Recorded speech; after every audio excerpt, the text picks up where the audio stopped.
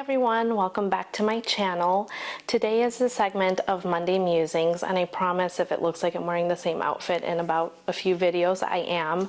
I had a good afternoon where I knew I wasn't going to be swamped with work, kiddo activities, so here I am rocking the same dress, Gap Factory, which I think is the outlet store. I've lived in them, I bought them in like 4 different colors. So anyhow, I thought to share with you guys some thoughts this Monday. Today is not a Monday, but when this video goes out, it will be a Monday.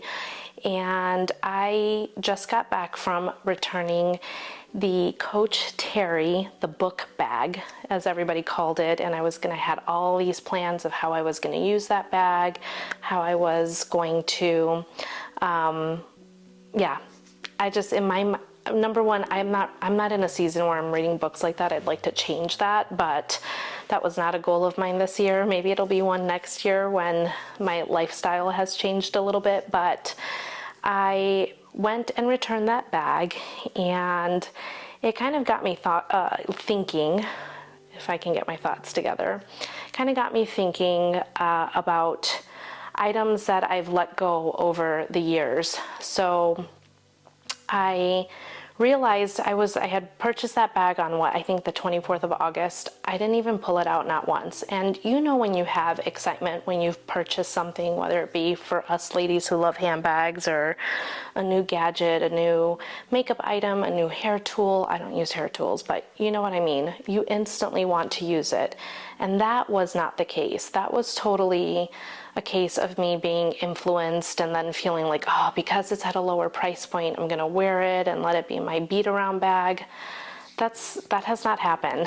Case in point, as soon as I got that one, the Brooklyn, I wanted to move into it the next day. I didn't because I had a little bit of a dilemma. I'm not gonna talk about that again, but it got resolved, we're cool, kept the bag, and it made me really think, okay, I jumped right into that bag. I have my Moki that I just did a video on. Let me grab her. I have my Moki here. One more. I have, as soon as I got this bag from my aunt, moved right into it. As soon as I got my phone, moved right into it. I think a phone is a little different because you use it and you need to turn it on and make sure it works, blah, blah, blah. But you get my point. When you get something new, typically part of the getting something brand new excitement is using it right away. So that bag kind of just sat there, and I decided last night, I was like, you know what? I haven't used it. I've been a little naughtier than expected this month. So I'm going to just send her back. I'm going to take her back.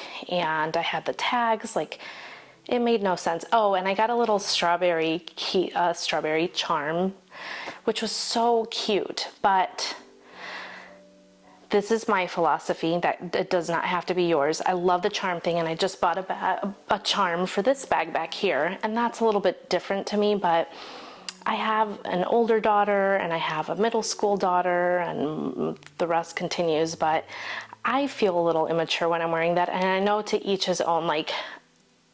That's the beauty of fashion nowadays, is there are no barriers. You can be what you want to be and accessorize how you want to accessorize.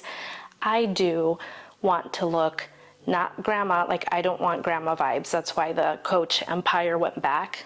She was nope, I look like una viejita. That's not going to happen. No, thank you. Not the vibes I'm going for. This can look a little bit more mature, but I just feel I want something to make me an accessory, or whatever I have bring value to my life. And I feel so put together when I wear this. Today with this dress, this is what I wore. And I felt great, and I instantly wanted to use her. And that doesn't always, some items when you buy them, you're not going to use them right away. I get that. But the point was, I was sitting here thinking of items I regret or items I regret purchasing. So there's always buyer's remorse and seller's remorse. And I do have some seller's remorse. There are some items that I can, to this day, go back and be like, oh, why did I get rid of that? Had I gotten rid of that Coach, my Coach bag that I thought I ruined, had I gotten rid of that, oh, I would have lamented that always. So that was never an item for sale. But sometimes there was a house that we had. It was actually our first house, so it wasn't for sentimental reasons, or maybe it was, but like 2 of my boys were born there. I kind of always regretted selling that house because I feel like maybe we should have stayed there. So anyway, like that house, there have been cars that I've regretted selling, baby items, you name it. In this world of handbags, I totally regretted selling my Speedy B25, and I've repurchased that bag twice. But I have the new and improved version with the hardware, the gold hardware, because that's what kind of bugged me. Anyhow, my point is, on this Monday Musings, I realize that sometimes we can buy things impulsively, and sometimes we can buy things planned and be like, man, that was a big mistake. And some of those items can be little items, and some of those items can be big items. And on the flip side of things, because for example, I'm in real estate, and I've purchased and sold personal real estate, and there have been some properties that I'm like, oh, I wish that we had held on to that. But it is what it is. So one of the things that I have had to do so that I can move on with my life, and it's not with these little things, but sometimes with those bigger purchases, is it is what it is. Like, you have to take those lessons, learn from them, and move on. But if you're collecting something, or if you're really like knee deep in a certain niche and you're getting things in and out, number one, you want to make sure that you're not taking such a huge ding on your finances to do that. And number two, just be really in tune with the market. So I'm going to talk handbags because I gather most of us here like handbags right now. But for example, if I'm going to purchase some items like that one, I'll probably never get my money back on. It is what it is. It's going to get damaged, and you're going to have to dock your price for that. But there have been other bags that I've been able to at least not lose any money on, or lose a little bit of money on. Handbags are not an investment. They can be for some people, like if you started buying handbags years ago, sure, but they're not really an investment. But my point is, if you can flip them and turn them, and you know, I like to keep a curated wardrobe. Currently, I'm very specific with my handbags and my clothing, and we don't have a ton of space. I'll perhaps show you my closet one day, but it's not huge. So that said, I find myself purging a lot, and sometimes I can over purge and lament some items. But on the flip side of things, I also know that we can also kind of prevent certain purchases from happening because we're being too intentional. So let me kind of, I'm kind of dancing around what I'm trying to say. Part of this is I feel like I pigeonholed myself into saying that I am minimal-ish, and while that is pretty true, our household can't be, just because I have 5 kids and a husband, and I'm not going to, they'll disagree with my statement, but I'm not going to dictate how much they need to have or not need to have. Like, garbage is garbage. So I'm very particular on purging. I'm the person of the household that I do a quarterly purge, and there have been seasons where I have gotten rid of things that we kind of needed. So it's tough because I find myself not keeping things for the just in case items, as they're called in the world of minimalism, but we're not a minimalist household. I think I've been bringing in enough stuff lately that I'm like, okay, you need to stop the charade. So let me get that over with. But I have found myself, particularly in the segment of handbags, kind of buying and reselling, and buying and reselling. And we were kind of talking with Jessie, where my friend Jessie with Jessie and the Bags, that we're kind of getting tired of doing that. It was meant to be something fun, and it's kind of turned into not being so fun. And in that, granted, we're always learning lessons through that. Again, whether that's real estate, whether that's an eyeliner, whether that's like all of that. All of those experiences allow us to become better consumers, hopefully.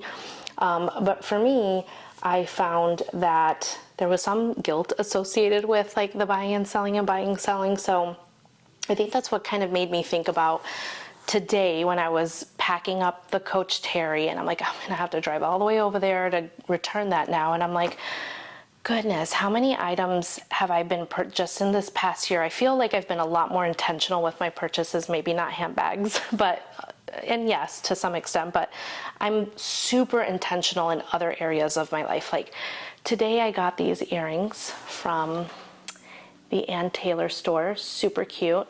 I don't have a lot of jewelry, but again, I'm so able to kind of keep a very curated wardrobe, and I can call myself not a minimalist, but I have a very capsule wardrobe, so to speak. Like I own several of the same items and I just get them in different colors.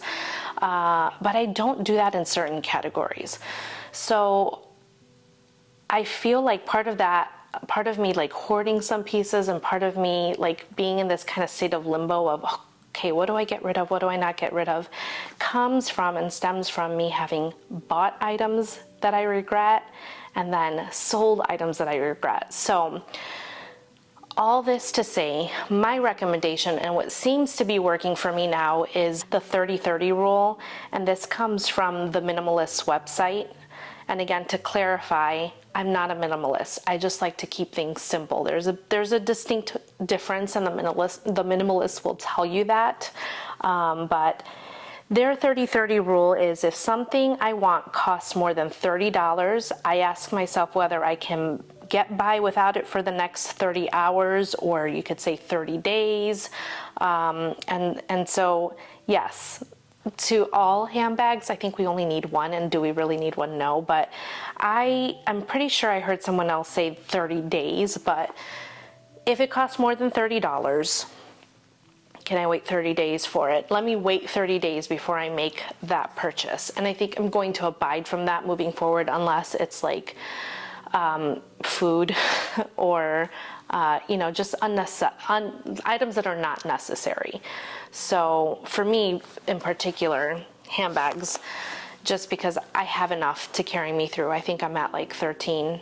No one needs 13 bags. That may be a lot to some people. That may be a little to some people. Again, take all that I say with a grain of salt. But for me, so that I do not have any regrets with my purchases or my sales, I am going to wait 30 days, a month. Now, there are some items that obviously, like, I'm gonna take out like FOMO and things like that. There's some items that you kind of have to decide fairly quickly. Like certain items I'll sell because I know I'm hitting that season and I want to hit it right on time. So there's that. But in particular, I have found there's this one bag that has been kind of rolling around in my head lately, and I've decided to wait. And guess what? By the time I sell this item, and once I have the proceeds of that, I can buy that item. Guess what? I don't really want that item anymore. I don't need it. I don't want it. So 30-day rule is something I'm going to follow to prevent myself from having buyer or seller's remorse. That way, I can minimize some of the back and forth that I've been doing this year on a year that I wasn't on a no-buy challenge, but I was on a be more intentional challenge. But I have successfully purged, but I have also very successfully purchased. So anyhow, those are my thoughts for my Monday Musings video. I'm gonna leave it at that. I thought I'd finish off with a cute little unboxing, a little what's in my bag. You guys have already seen this, but I saw the dust bag and I was like, oh my gosh, how cute would it be to be like, I'm gonna unbox something today. So she has her own little dust bag. She's in the color blush. This is my little mini Alma. I'm totally gonna give this to my daughter to walk around with. I can't, because it is a jelly material. It's so cute. Does she fit a phone? No, but does she fit AirPods? Yes. Here, let me go get my AirPods.